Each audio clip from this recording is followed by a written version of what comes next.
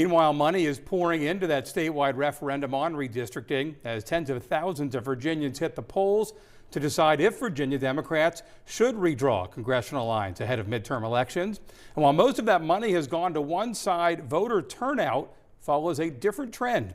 Kate Nectarline is live in the newsroom with those details tonight. Good evening, Kate. Steve, the redistricting referendum and congressional races in our part of Virginia are racking up millions of dollars in fundraising. But while money helps, it's not everything, and a lot more will go into who wins in April and in November.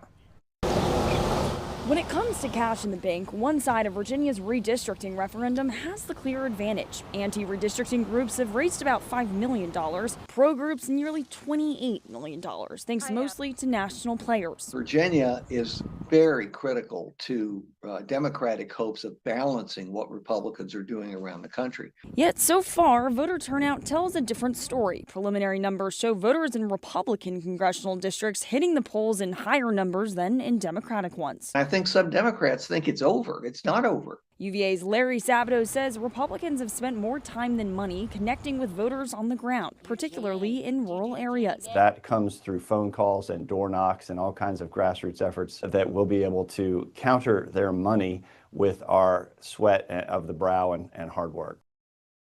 Klein, founder of the Get Out, is confident the map will stay the same. When rural Virginia turns out, we usually win. Some disagree, including those who are running some of the best funded congressional campaigns in the state. Author Beth Macy and former Congressman Tom Perriello. Neither McGuire nor Klein have had to face a serious race. These districts will be more competitive under the new maps, and I think that means that the politicians have to work harder for the voters. Democrats have to stop showing up at a knife fight with a spork. Do I love gerrymandering? Of course not, but they started it. They've both raised more than $1 million, and if districts are redrawn, they'll both be vying for the Democratic nomination in the new 6th. You know, the people in charge of these maps, unfortunately, put us in the same district. This moment requires somebody who understands working class issues and affordability, who can reach to the center. People are sick and tired of paying too much for health care. They appreciate that I fought hard against the special interests to bring down the cost of health care,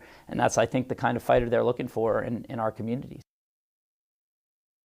Virginians for Fair Maps, the primary no group, tells me it has raised about $5 million total. I asked where that money is coming from, but have not heard back yet. Live in the newsroom, Kate Nectarline, 29 News at 6.